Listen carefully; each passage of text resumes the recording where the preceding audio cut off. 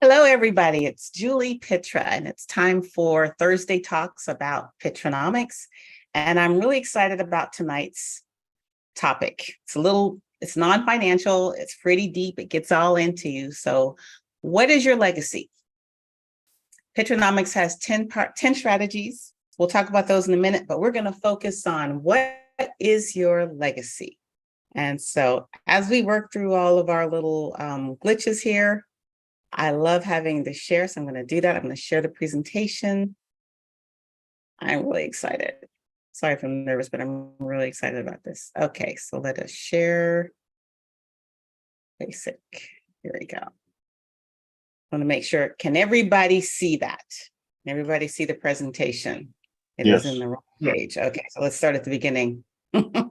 All right.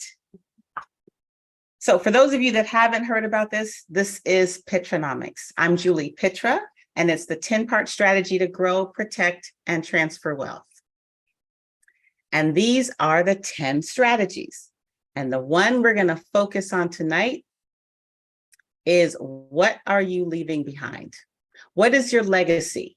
After all that you build in life, what are you leaving behind so that other people know, first of all, what you're talking about, what you're about, what your values are? That's in addition to financially what you leave behind. Hold on. My chat is open and I can't see anything and I can't figure out how to close my chat. So there we go. So let's talk about preserving your legacy beyond material wealth. A lot of what I talk about on Pitranomics started with the teachings from my mother. Her name was Jacqueline Tucker.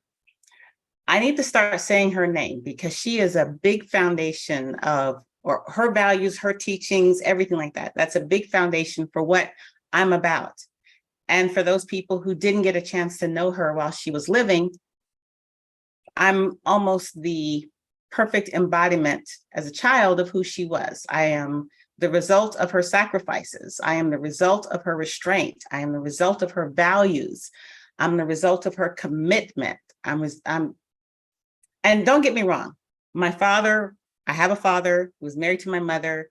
They had a marriage that lasted till her death. But I would think that from a personality, from a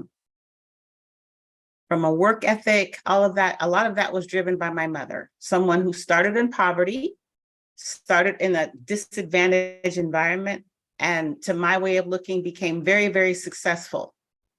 What I do see is a lot of people that come from, say, humble beginnings, and they have the skills, they have the drive, they have the strength to become successful. Sometimes a lot of those lessons aren't passed on to the next generation.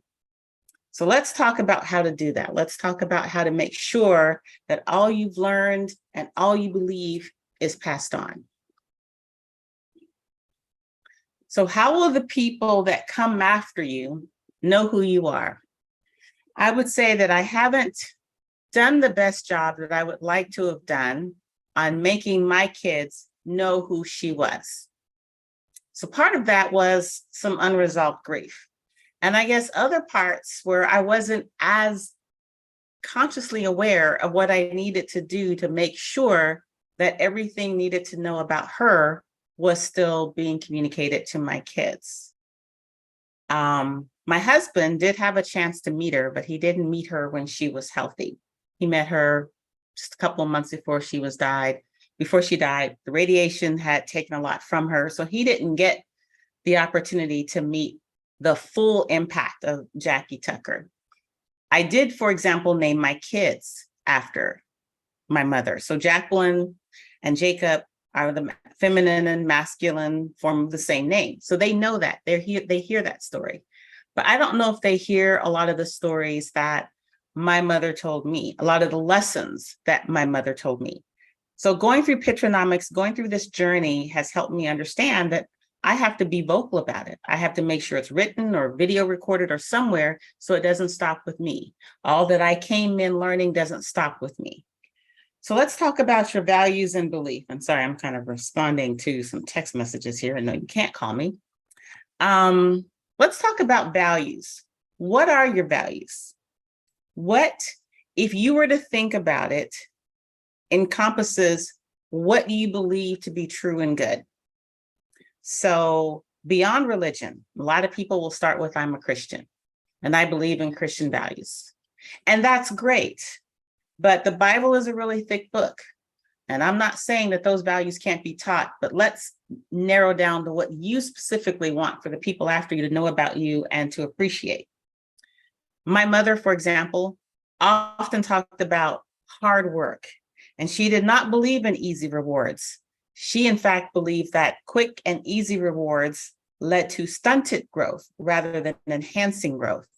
So she never wanted for me or for people that she loved to set goals so low that they were easily achieved, because where's the stretching? Where's the growing? And I think that's amazing that she thought that and taught it to me. I've done the best I can to teach it to my kids. I do that by not making things easy for them, or I try very hard not to make things easy for them when they were young. Now, one of the things you can do with what you leave behind is, what is it I could have done better? So as far as in my mind, I was trying to make things difficult for them, put challenges in their way. But in retrospect, I guess I could have been a little harder. Maybe they would agree that I could have been a little harder or should have been a little harder, but I can see, yeah, there are some things I would have liked to have had tested, really tested in them before they left the comfort and security of our home that my husband and I provide. Test that metal before they go out into the world. Increase their chances of success because they're prepared for hardship. They're prepared for deprivation. They're prepared for disappointment. Another thing that my mother really taught me was how to show love. Not necessarily what you want to receive as love. And that book, The 5 Love Languages, that I'm sure everybody's heard of, was a good framework for me to think about. How do the various people in my life want to receive love? How do I articulate how I want to receive love? How do I train myself to show love in a way that matters to the people that I actually love? Because here's an example. Let's say you're someone and you really appreciate getting wonderfully thought out, appropriate gifts. And your belief is, well, if someone loves me, they'll know how to give me a great gift, something that's, practical and means a lot to me. And don't get me wrong, I love great gifts, but I don't know how to give them. That is not a skill that I pretty much came out knowing how to do. Oddly enough, my daughter Jacqueline has helped me get better at identifying gifts that I could give them. So not great, but where I am great, where I like to receive love, according to the 5 love languages, is that focused attention, that quality time. So let's say I'm with a gift giver. Well, I use my quality time to focus on them so I understand, maybe have some insight into what kind of gifts might really resonate with them, because I'm spending my love language interested in them to understand what their love language is. Another thing I got not only from my mother, but from the schooling that I had, are critical thinking skills, how to conduct a logic problem. I don't know if skills teach that now or schools teach that now, but how to go from a hypothesis to a conclusion by a series of logical steps that you can defend. There are so many people that don't know how to defend their values. They don't know how to really understand why they think what they do They don't understand the basis for why they think what they do. So they certainly can't defend what they think that they do. If it's important to you, you should make sure you're passing on to people critical thinking skills, logical steps. And then the other thing I want to talk about as far as the values and beliefs you want to share are life ethics. And a great way to communicate this is through your sayings. What are the things you're saying to them all the time, to the people around you? I have a good friend of mine that's moved down from Colorado, my home state, and he's working with me. And spending all this time together, you know what I learned? Even though we're from the same state, about the same age, and, we have some radically different life ethics. What's the basis for those life ethics? Thank goodness my friend loves talking to me because I ask lots of questions. Why do you think the way you do? Why are you doing that? I don't understand it. There are things that I just can't comprehend. But he brings another perspective, and I hope I bring another perspective to him. So it's really, really important that you articulate your values and your beliefs, and not just what they are, but the basis of them and how you got from the basis, the platform, the foundation, whatever you want to call it, of what you believe and how you stepped through all of that to get to the conclusion and the application and the manifestation of what you believe. Because if you don't share that with the people that you love, particularly your children, they will be easily swayed by the so-called pervasive or persuasive tactics of the world. So make sure you give your followers, your heirs, your loved ones, those defense mechanisms, be able to defend, to understand, to protect what they believe, to know it deep down, and to not be easily swayed. I think that those are gifts I got from my family upbringing that have served me in good stead. So now let's talk about the next step, which is emotional intelligence. And where I think this has the greatest effect is in your relationships. How do you have relationships that last, that sustain you, and that sustain the other person? Now, I'm not talking about quantity of relationships. I'm talking about depth and surety and validity of those relationships, that both people find strength and support in those relationships. How do you become that person worthy of a lifelong friendship, or maybe even just a 30-year friendship, or even a 10-year friendship? Friendships don't have to last forever in order to be valuable. But in order to be valuable, they have to meet and support a need on each side. It can't be just one person taking all the benefit and one person giving all the benefit. So let's think about how emotional intelligence might play out. I'm an only child. I grew up the only child. I didn't have any interaction or very little interaction with family. So, for example, one of the things I had trouble doing is sharing what's mine. I figure if it's mine, it's mine. You have yours, I have mine. And I went into my marriage with that mindset. This is mine and this is yours, and there's a clear line, and, etc. Well, marriage doesn't work with clear demarcation lines like that, not for long and not deeply. At least that's my belief. And I'll tell you why. One of the most intimate things someone can do is to share their life and their children and their finances and their hopes and their dreams with one other person. Going into a partnership like that, you have to understand it's not going to be all smooth. It's not going to be all rosy. Every friendship has its upheaval. Every marriage has its upheaval. Those that are saying we never have any problems, I believe it's not true, and they're lying, or they're delusional and they're lying and they don't even know it. You have to be able to get through those rough periods. And so emotional intelligence, emotional savvy helps you stay in touch with those people, help you understand that maybe what I'm doing could be contributing to the problem. Or if it's not in my understanding, my doing, how do I communicate with that person without destroying them, without hurting them, without alienating them? That there are things that can be better in our relationship. And again, This is something I don't claim to be an expert at doing. I just recognize the importance and I try for it. The people that I care about, I try really, really hard to communicate to them, I care about you.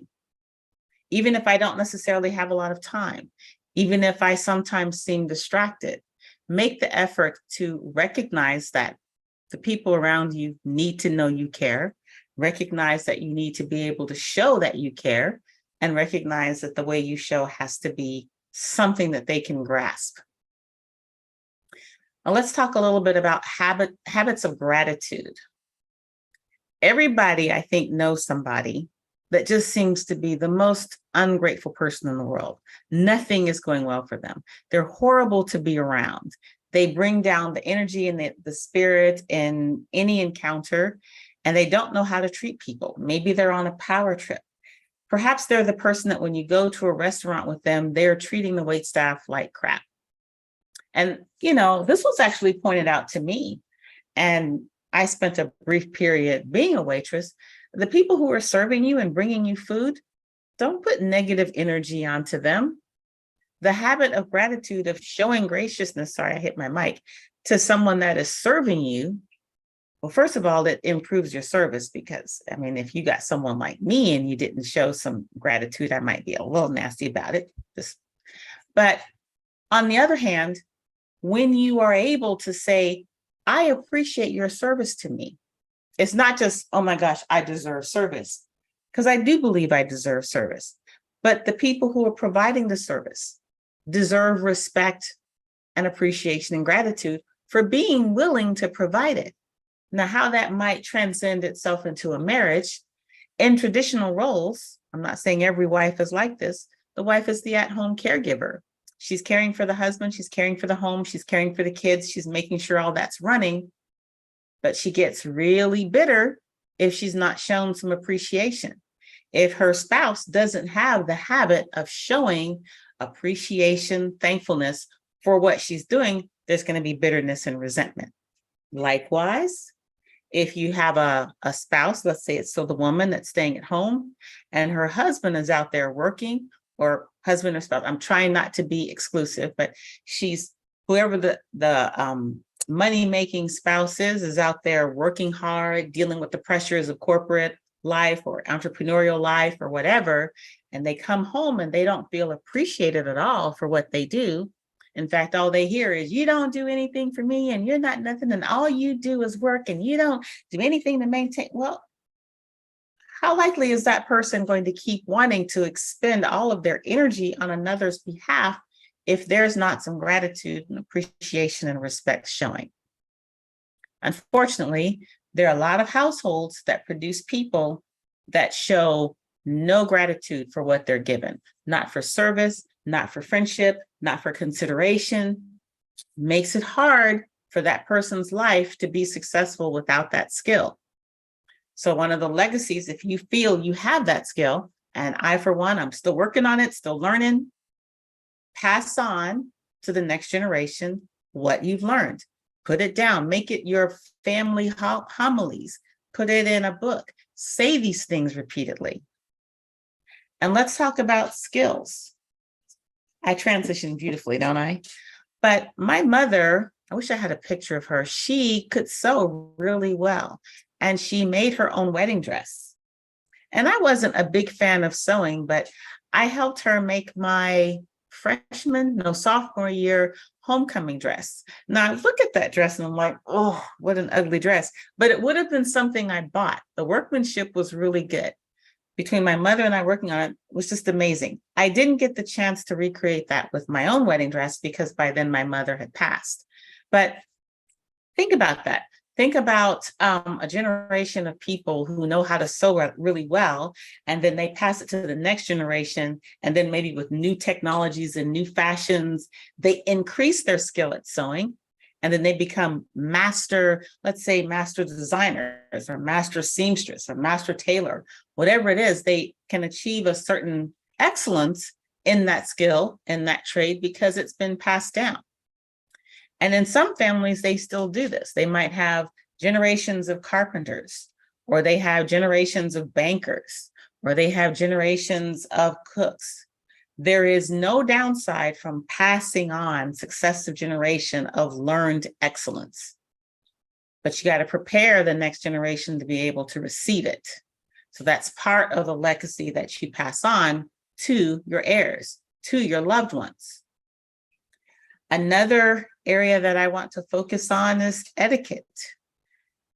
The internet was not something I heard about until I was in my 30s. The way that people were taught when I was growing up to interact with each other has been almost obliterated since the advent of the internet and the quick way of talking. You send an email out, you want someone to respond. There's no time to learn how to formally greet anybody. Discourse back and forth doesn't happen in person. It happens, via writing. It is very difficult to convey tone and nuance and context in writing. And there's a lot of texts and emails that have this type of language. I just, it's not formal. People aren't focusing on vocabulary. People aren't focusing on context and sentence structure and punctuation. And so a lot gets lost.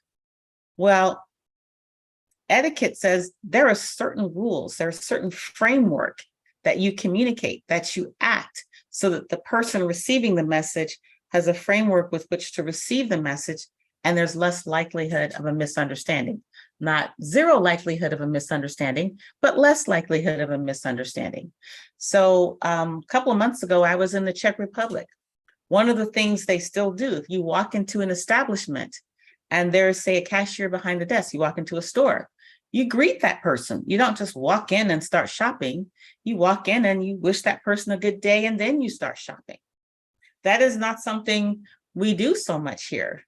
When you get into an elevator there, you greet the person. Here in the States, you get into an elevator and you play this game as how can I be here, not appear to be afraid, not make eye contact, not seem creepy. It's just really, really simple when you greet somebody and you say good day, and then you go back to your space.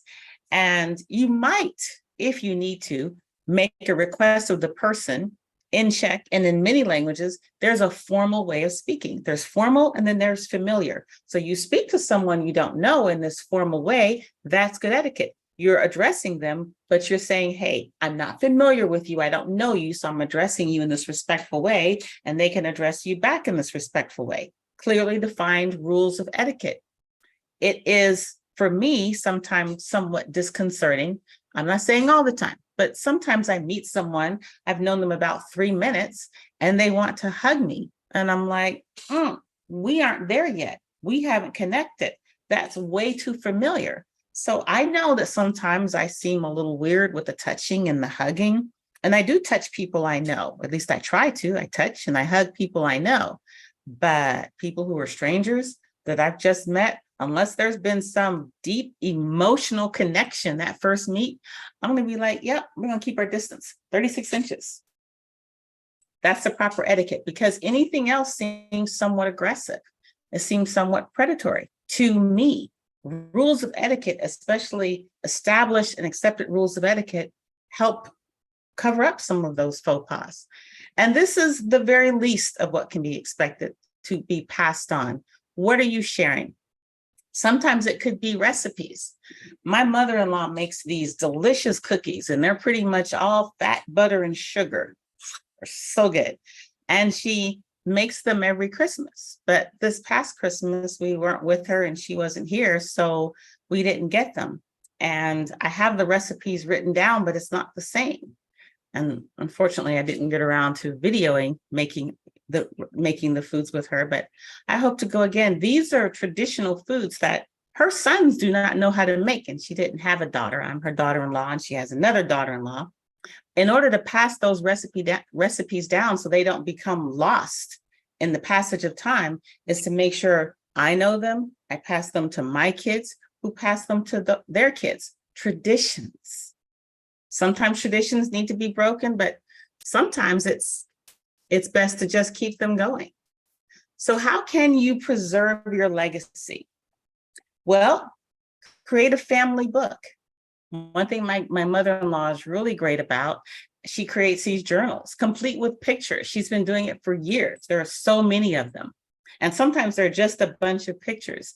So the past time I was visiting her, I look at pictures of my husband and his brother when they were young, sweet little happy boys, infants, some of their expressions. She's great at capturing the expressions. She captures traditions, put it in a book, put it somewhere that it can be easily passed. These days we have a lot of digital space. I have some videos made with those, those 8mm cameras that years ago I had transformed into CDs. And now, we're past CDs. So I got to figure out how to transform those into digital files that I can easily share. Make your knowledge transferable. Put it in a journal. I have a friend, for example, who lost his wife, and I want to say that was 10 years ago this year. She was only 44 years old. And one time he told me it was such a comfort to read what she thought about her family and her husband. And he was comforted by her words that he said to me, I know she loved me. I can go back and read that. And now 10 years passed, he can still go back and read that. And if he chooses, he can share that with their children. Because the writings of a loved one that's gone, precious. I don't have enough of that. I wish I had more writings from my mom. I have to remember these things. The people that are around you and love you, they want to know what you thought. They want to know you. Make it possible. These days, it's very easy, just like I'm doing right now. Make a video, Will. And I'm not talking about what you're transforming or transferring to them financially, but say, hey, for your marriage, for your wedding day, this is what I want for you. These are the lessons I've learned about being married. In the off chance I'm not here after you've been married for 5 years, for 10 years, for 15 years, here are some of the things that I would love to be able to share with you. When your child is born, when your child goes to elementary school, when you start your first job, when you've been in the job 15 years, when you want to retire, when you want to travel with your children, when your children begin to defy you at whatever age it is that the puberty hormones start racing through their minds and you're looking at them like, where is the sweet baby? That sweet baby is still there. They're just camouflaged by the obnoxious little preteen or teenager.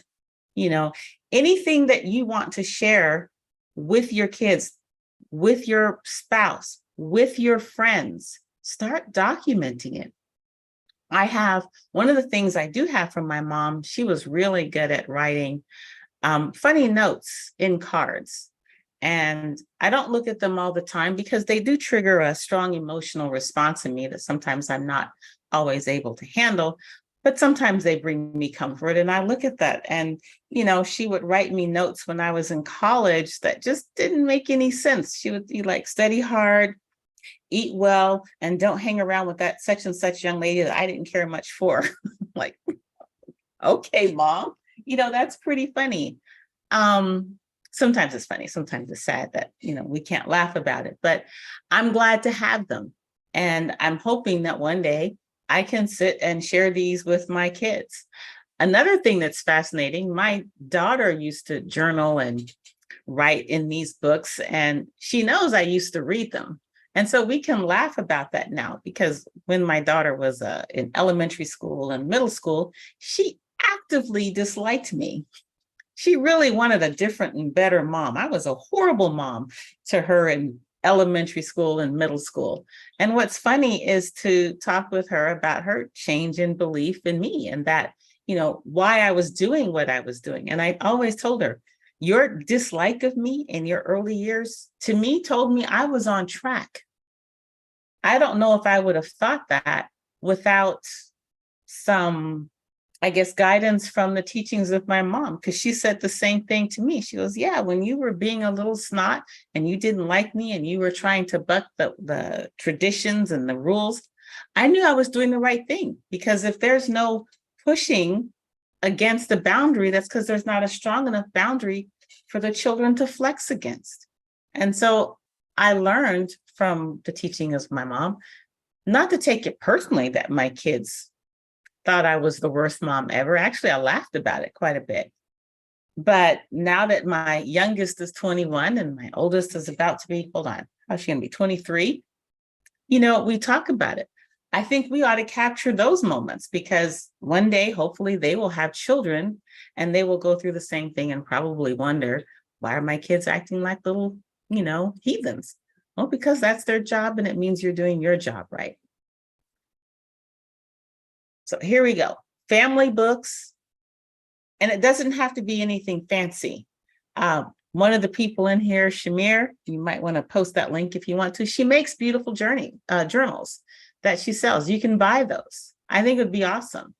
And I think you can also just adopt the habit of saying, what am I grateful about? Put that in the book. What am I grateful about? What do I believe? What do I want someone to know after I'm gone? In fact, I should do that. Just write those 3 things down. And you can say, do it every day, but if you don't get it done every day, don't beat yourself up about it. But I guess if you do it often for a year, let your family see that. Because sometimes you'll write something that they think is pretty funny. This to me, Pitranomics, it's like my video will. I'm communicating the things I believe for those that care to learn them. And I hope my kids take a look at them because I am horrible at the third part, which is writing journals. I try, I don't do that often. But anyway, that's kind of where I would love to end this and get your testimonials or suggestions as to what you think is a good way to share with people who come after you what you'd like to leave behind. So thank you for that. I think there are some comments in the chat, but is there anyone that would like to share their thoughts about what they've heard or what they do or anything like that that's on the Zoom?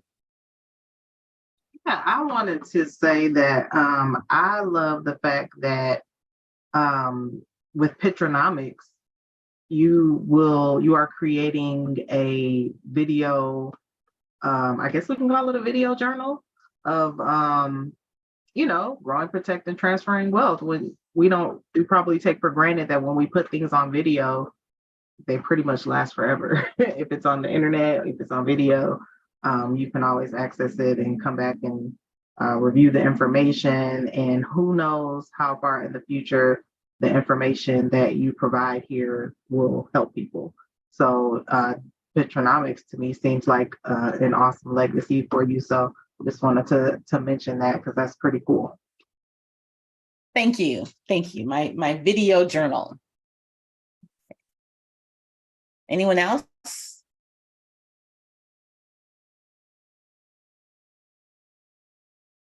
This is a safe place. Is there anything that somebody would like to share about this or their thoughts?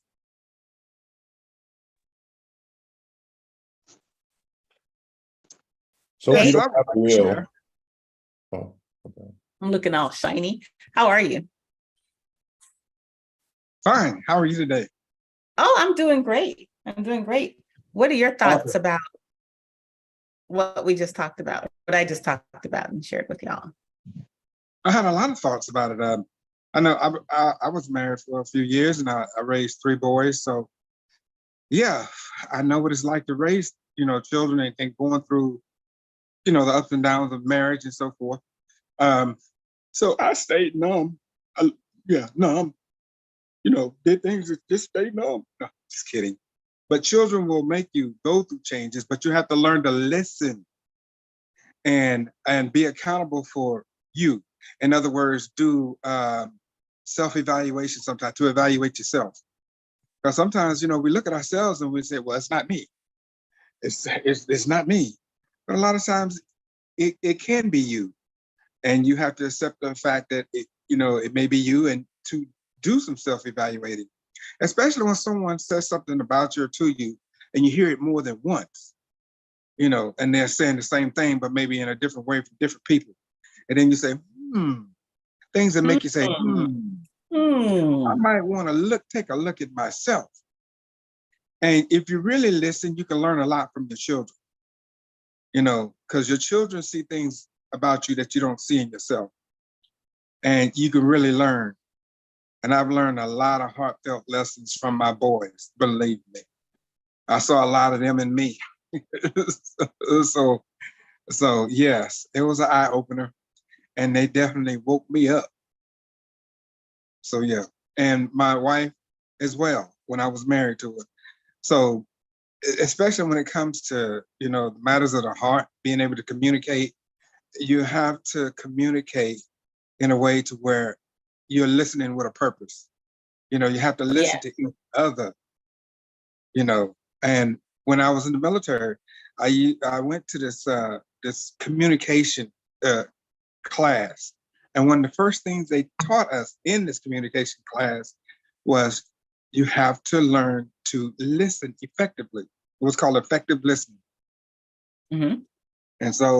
And I got a lot out of the class, because sometimes, we can listen, but we're not hearing what people are saying. We're just quietly waiting to respond, not listening.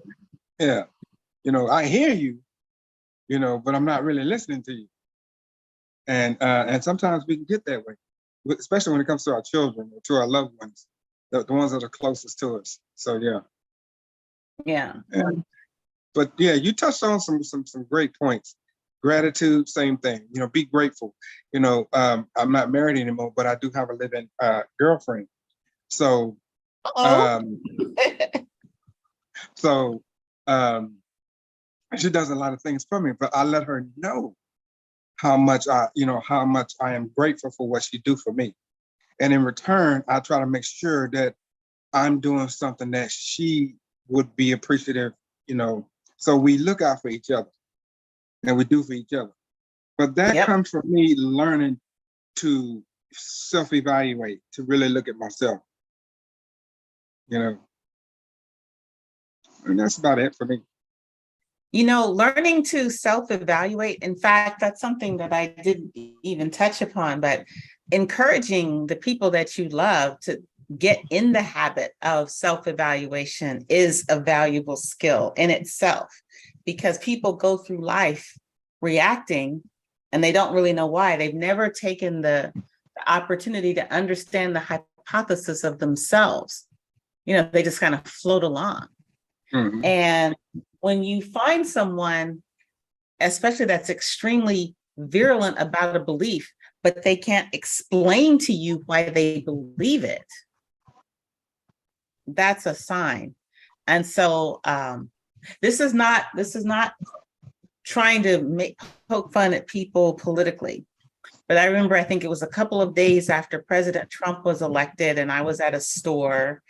And funny enough, there was this guy that was there, and he was saying, well, I know you aren't going to believe this.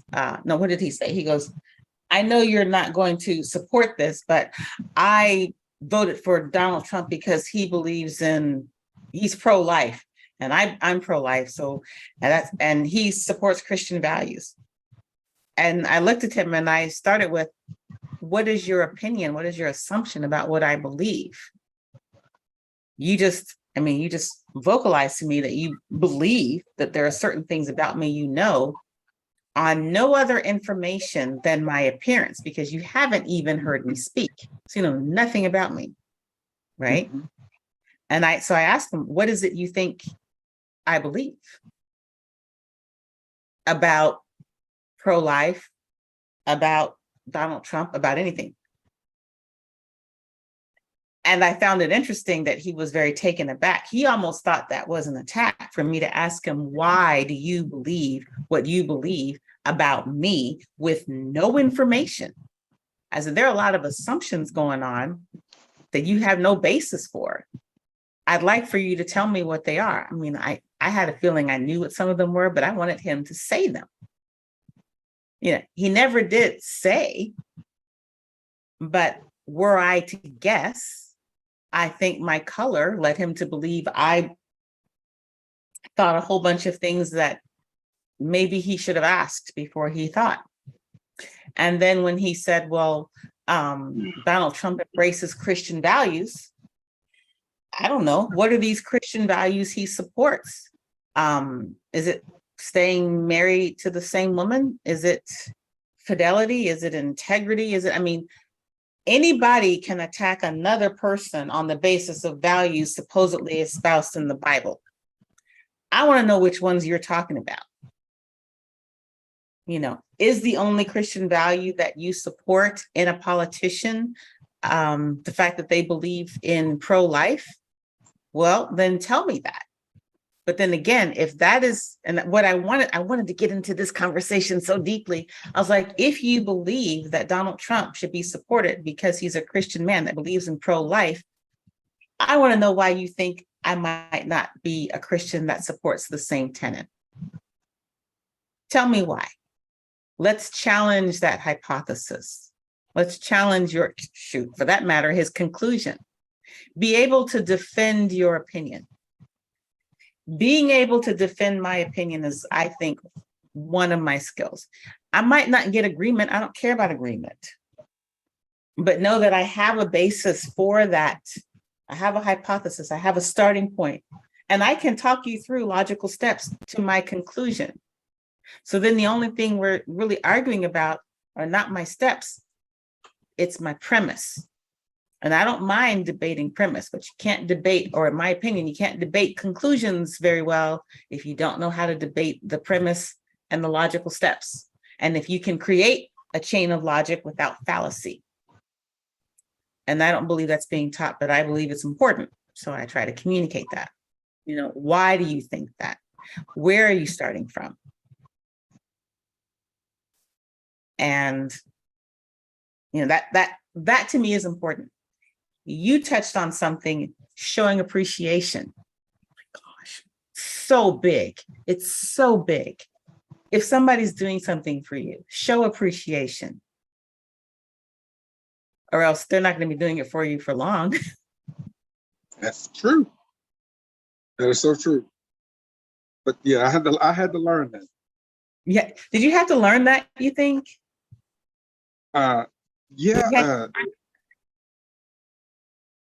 Me? Yeah, you had to learn that? Yes, I did. I had to learn a lot of things about myself. And not to be so assumptive, to be presuming, to assume a lot of things unless I knew for certain what they were. So I had to do a lot of self-fixing, because and there's a book out there. It's called What to Say When You Talk to Yourself. I don't remember the name of the author, but it's What to Say When You Talk to Yourself. And it's an old book. It's been around for a while. You may be able to find it if you look it up. And I used to like to read stuff like that, and it helps. It helps. So I make a joke of it sometimes. Sometimes with my missus around the house, when I'm sitting up here talking to myself, I say, whenever I refer to myself, I say, Eben, huh? I'm referring to myself. What?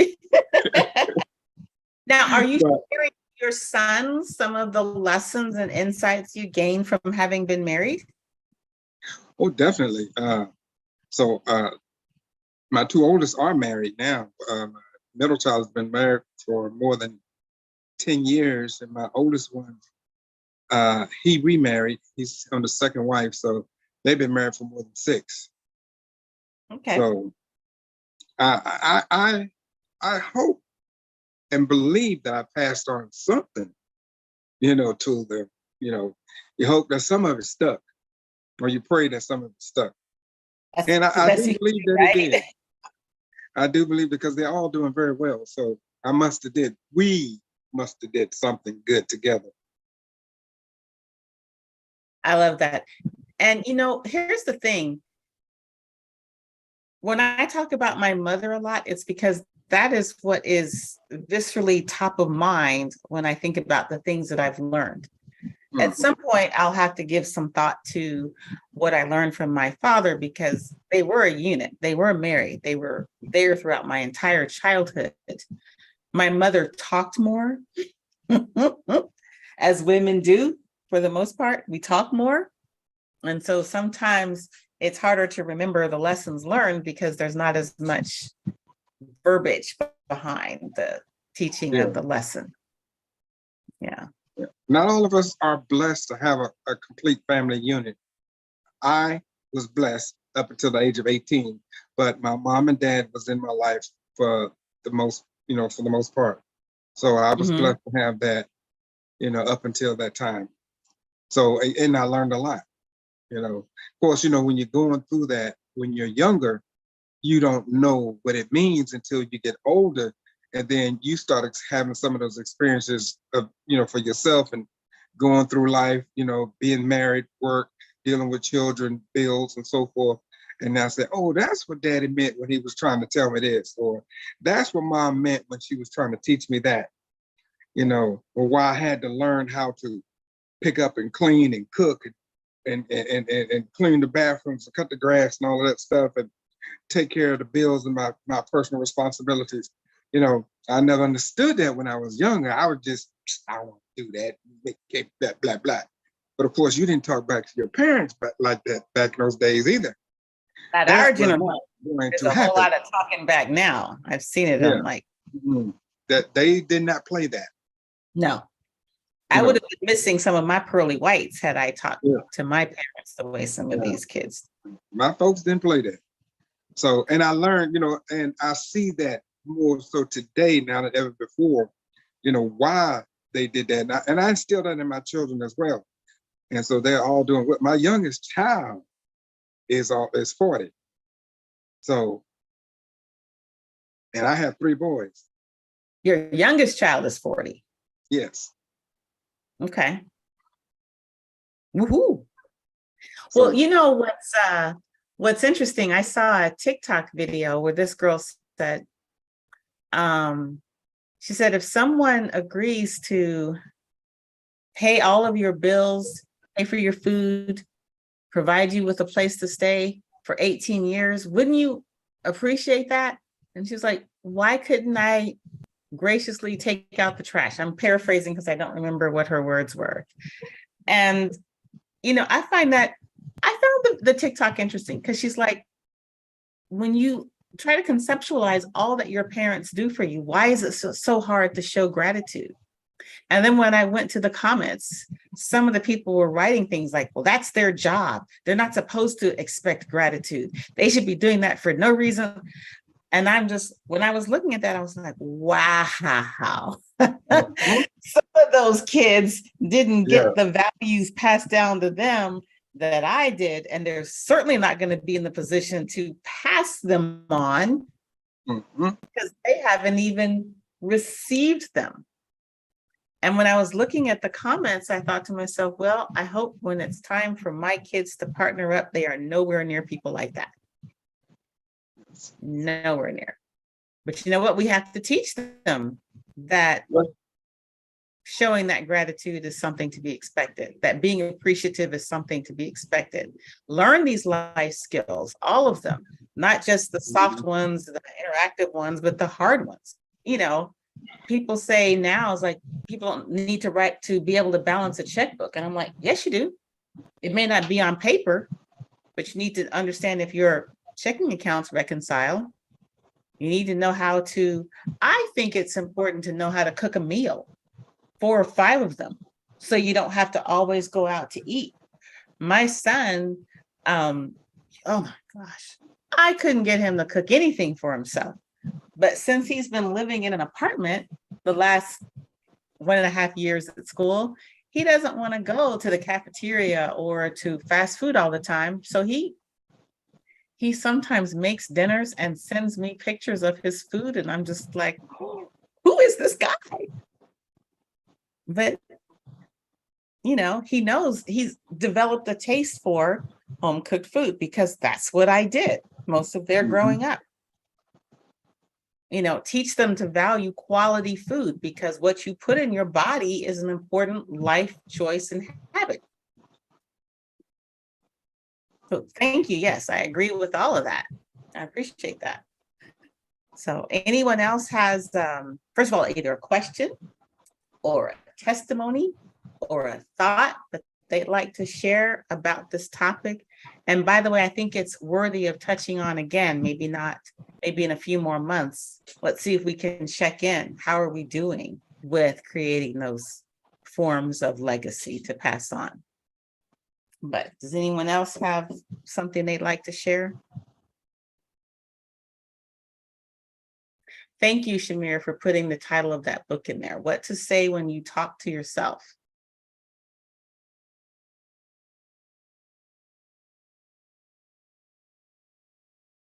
So I am not one to drag things out. Sometimes our meetings go over. I hope that what I've talked about has resonated in some way, and that when we revisit this topic, each of you has found a way to codify your values, your beliefs, your skills in some way to the people you want to have it when you leave. I hope this touched you. As always, I appreciate those that come to the Thursday talks and listen, those that share, those that absorb. I appreciate you all. Thank you for helping me create my own video journal, sharing my beliefs, my thoughts, and my strategy about Pitranomics, which I believe in. I'm not done with my life yet, but I've been testing it throughout my life. So thank you all very much. If there's nothing else, mwah. I appreciate y'all and have a great night. Bye-bye. Thank you. You have a great night too. Bye. Bye-bye.